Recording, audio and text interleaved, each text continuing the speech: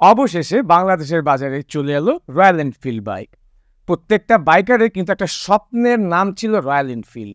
শুধু বাইকার যে তা না, অনেক সাধারণ মানুষ যারা হয়তো বাইকিং পারেও না, তারা কিন্তু রয়্যাল এনফিল্ড এই বাইকটির জন্য অপেক্ষা করছিল বা বসেছিলেন যে কবে আসলে বাংলাদেশের রোডে আমরা রয়্যাল এনফিল্ড এই মোটরসাইকেলটি দেখতে পারবো। আসলে রয়্যাল এনফিল্ড মোটরসাইকেলটা নিয়ে কেন এত মাথা ঘামানো বা কেনই বা মানুষের এত চাহিদা এই মোটরসাইকেলটার প্রতি? অনেকেই বলতে পারেন যে মোটরসাইকেলটা হয়তো মুভিতে দেখে, অথবা এই মোটরসাইকেলটার লুকের কারণে, অথবা অন্যান্য অনেক কিছু। তবে আমি এখন আপনাদেরকে বলতে যাচ্ছি রয়্যাল এনফিল্ডের ইতিহাস। আজ থেকে 123 বছর আগে প্রথম রয়্যাল এনফিল্ড ম্যানুফ্যাকচার হয় যুক্তরাজ্যে, এবং এটা ম্যানুফ্যাকচার করা হয় ওই দেশের অর্থাৎ যুক্তরাজ্যের যারা মিলিটেন্ট ছিলেন বা মিলিটারি ফোর্স ছিলেন তাদের জন্য। এবং পরবর্তীকালে পর্যায়ক্রমে যখন আসলে মার্কেট এবং পাবলিক ডিমান্ড দেখতে পারে, তখন আসলে পাবলিক ডিমান্ডের কারণেই কিন্তু বাজারজাত করা হয় এই মোটরসাইকেলটি। প্রথম বাইক ম্যানুফ্যাকচারের পর রয়্যাল এনফিল্ড তাদের কোম্পানির বিস্তার শুরু করে। এবার ন্যাশনাল পর্যায় থেকে তারা চলে যায় ইন্টারন্যাশনাল পর্যায়ে। 1950 সাল আস্তে আস্তে রয়্যাল এনফিল্ড কোম্পানিটি ঢুকে যায় ভারতবর্ষে, এবং ভারতীয় একটি কোম্পানি মাদ্রাজ মোটরসের সাথে আসলে একটি পার্টনারশিপ কোম্পানি তৈরি করে তারা, যেটার নাম দেয় তারা এনফিল্ড ইন্ডিয়া।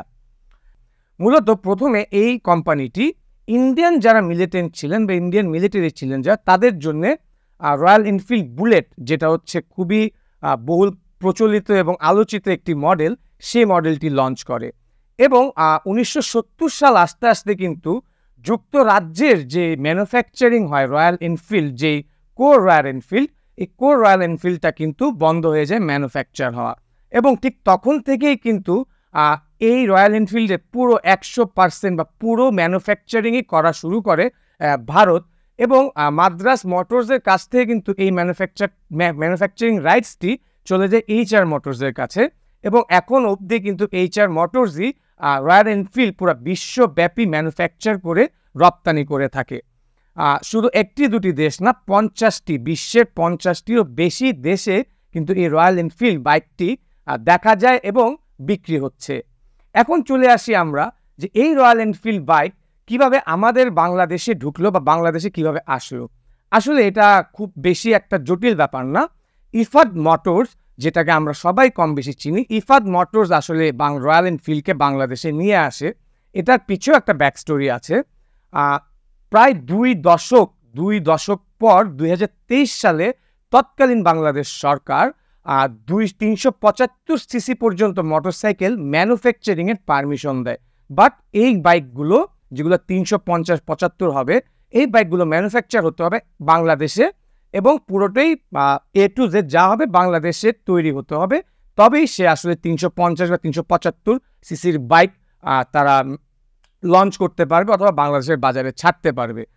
এরপরে ঠিক 1 বছর পর 2024-এ কিন্তু ইফাদ মোটরস ম্যানুফ্যাকচারিং রাইটস এবং সোল ডিস্ট্রিবিউটর হয়ে রয়্যাল এনফিল্ডকে নিয়ে আসে আমাদের দেশে, প্রত্যেকজন বাইকারের স্বপ্ন পূরণের সমান। শুধু বাইকার্স নয়, যেই সব বাইকিং কমিউনিটি আছে, প্রত্যেকটা কমিউনিটির কাছে কিন্তু 21শে অক্টোবর ঈদের থেকেও বড় দিন হয়ে থাকবে। কেননা এই দিন সকলের স্বপ্নের, বা যেটা একটা সময় পর্যন্ত মনে হচ্ছিল বাংলাদেশি মানুষের নাগালের বাইরে, সে রয়্যাল এনফিল্ডটা কিন্তু এখন আমাদের বাংলাদেশেই পাওয়া যাবে এবং শোরুম থেকেই আমরা ক্রয় করতে পারবো। আসুন আমরা আগে দেখে আসি ইফাদ মোটরস কোন কোন মডেল ছেড়েছে, এবং আসলে কিভাবে আপনি যদি রয়্যাল এনফিল্ড ক্রয় করতে হয় তাহলে আপনার কি কি স্টেপস পার করতে হবে। ইফাদ মোটরস রয়্যাল এনফিল্ডের মোট 4টি মডেল বাংলাদেশে লঞ্চ করেছে, যার মধ্যে রয়েছে royal Enfield Hunter, royal Enfield classic, যেটা হচ্ছে সবচেয়ে বেশি সোল্ড এবং সবচেয়ে বেশি চাহিদা, বা যেটার সবচেয়ে বেশি চাহিদা রয়েছে বাজারে।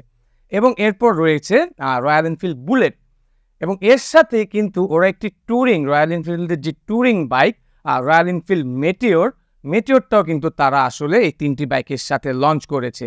আর ইফাদ মোটরস কিন্তু তাদের যে হান্টার, রয়্যাল এনফিল্ড হান্টার 350, সেটি লঞ্চ করেছে 3,40,000 টাকা থেকে, যেটা হচ্ছে এই লাইন আপের সবচেয়ে লোয়েস্ট প্রাইজের বাইক, যেটা 3,40,000 থেকে শুরু হয়েছে, এবং এটার প্রাইস হয়তো কিছুটা ভ্যারি করবে, এটা কালার ভেরিয়েশনের উপর। ঠিক এরপরেই যদি চলে আসবে ক্লাসিক রয়্যাল এনফিল্ড। যেটি হচ্ছে রয়্যাল এনফিল্ডের সবচেয়ে বেশি বিক্রি হওয়া মডেল এবং সবচেয়ে বেশি চাহিদা সম্পন্ন মডেল। এই মডেলটির দাম কিন্তু ইফাদ মোটরস ঠিক করেছে 4,05,000 টাকা। এবং এরপরেই চলে আসবে এই সারিতে রয়্যাল এনফিল্ড বুলেট, যেটা কিনা আসলে মূলত বিভিন্ন মুভিতে আমরা দেখি বা বিভিন্ন জায়গার থেকে এটা পপুলার হয়েছে, বিকজ অনেক মিলিটারি অফিসার থেকে শুরু করে হাই ক্লাসের অনেক অফিসারদেরকে দেখা গিয়েছে এই বুলেট চালাতে। আপনারা যদি দেখে থাকেন সিংহাম মুভিতেও যে বাইকটি কিন্তু অজয় দেবগান চালায় সেটা কিন্তু রয়্যাল এনফিল্ড বুলেট। তো এই বুলেটটির দাম তারা ঠিক করেছে 4,10,000 টাকা। এবং শেষে রয়্যাল এনফিল্ডের ট্যুরিং বাইক যেটা হচ্ছে রয়্যাল এনফিল্ড মিটিওরের দামটা এই লাইন আপের সবচেয়ে বেশি, যেটা হচ্ছে 4,35,000 টাকা। আসলে অনেকেই প্রাইস নিয়ে অনেক রকম মতামত রাখতে পারে, তবে বাংলাদেশের মার্কেটে রয়্যাল এনফিল্ড এই বাইকটাই অনেকের কাছে অনেক বড় একটা নাম। সো এই বাইকটা অনেকেই ভেবে রেখেছিলেন বা অনেকেই ভাবছিলেন যে হয়তো R15 ভার্সন 4 এর মতো দাম হবে, অথবা তার থেকেও বেশি সিবিআর যে ট্যুরিং বাইকগুলো আছে বা কিছুদিন আগে যে কাওয়াসাকি যে বাইকগুলো আসছে সেরকম দাম হবে। কিন্তু যদি আসলে আমরা মার্কেট ভেরিফাই করতে যাই এবং ওখানে যদি আমরা আসলে বিভিন্ন ইনফরমেশন নিয়ে বসি, তাহলে কিন্তু এই যে 3,40,000 থেকে নিয়ে 4,35,000-এর মধ্যে যে ওরা 4টা মডেলের প্রাইস ঠিক করেছে, এটা কিন্তু আসলে ইফাদ মোটরসকে এটার জন্য ক্রেডিট দেওয়া লাগবে। কারণ এই বাইকগুলো কিন্তু হয়তো হতে পারে অনেকেই কখনো চিন্তাও করতে পারে না যে আসলে 3.5 লাখ টাকার মধ্যে আমি একটি রয়্যাল এনফিল্ডের ওনার হব বা আমি একটি রয়্যাল এনফিল্ড চালাবো বাংলাদেশের রোডে।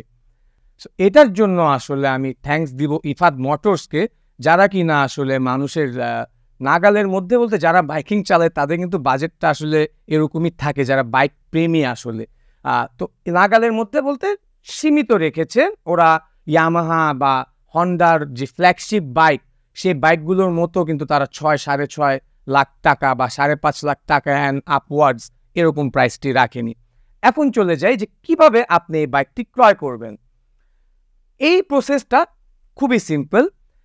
অক্টোবরের 21 তারিখ অর্থাৎ সোমবার দিন ইফাদ মোটরস রয়্যাল এনফিল্ড বাইকটি বা রয়্যাল এনফিল্ড কোম্পানিটি লঞ্চ করে বাংলাদেশে। তারা 22 অক্টোবর থেকে প্রি বুকিং নেওয়া শুরু করবে এবং প্রি বুকিংয়ের পর 45 দিনের মধ্যে তারা এই বাইকটি ডেলিভার করে থাকবে যে বুকিং দেবে তার কাছে। এখন প্রশ্ন আসবে যে কোথায় ভাই আমি গিয়ে প্রি বুকিং দিব বা কোথায় গিয়ে প্রি বুকিং দেওয়া যায়? এটার উত্তর দিতে হলে আপনাদেরকে বলতে হবে রয়্যাল এনফিল্ডের ইফাদ মোটরসের রয়্যাল এনফিল্ডের যে ফ্ল্যাগশিপ শোরুমটা, সেটা কিন্তু আপনারা তেজগাঁ গেলেই খুঁজে পাবেন। তেজগাঁ শিল্পাঞ্চলে কিন্তু রয়্যাল এনফিল্ডের যে ফ্ল্যাগশিপ শোরুমটা সেটা ইফাদ মোটর অলরেডি স্থাপন করেছে এবং 22 অক্টোবর থেকে তারা এই প্রি অর্ডার নেওয়া শুরু করবে। যেহেতু দে আর দ্য ম্যানুফ্যাকচারার, যেহেতু আমরা ইন্ডিয়া থেকে আনছি না বাইকটা, আমাদের নিজেদের দেশেই এই বাইকটি তৈরি হবে, সেহেতু এই বাইকটি অ্যাভেলেবেল থাকবে অনেক দিন মার্কেটে। এছাড়া এখন আরেকটি ছোট্ট ইনফরমেশন দিব আপনাদেরকে। এই যে ম্যানুফ্যাকচারিংটা হবে, এই ম্যানুফ্যাকচারিংটা কিন্তু হবে আমাদের 14 গ্রাম কুমিল্লা 14 গ্রাম অঞ্চলে, যেখানে হচ্ছে ম্যানুফ্যাকচারিং ফ্যাক্টরিটি ইফাদ মোটর ঠিক করেছে। তো এই ছিল রয়্যাল এনফিল্ডের বাংলাদেশে আসার গল্প। বাংলাদেশে রয়্যাল এনফিল্ড চালাতে কেমন লাগবে বা কি ভাববেন যখন রোডে বের হয়ে দেখবেন 4-5টা রয়্যাল এনফিল্ড পার্কিং করা? অনুভূতিটি অবশ্যই কমেন্ট করে জানাবেন।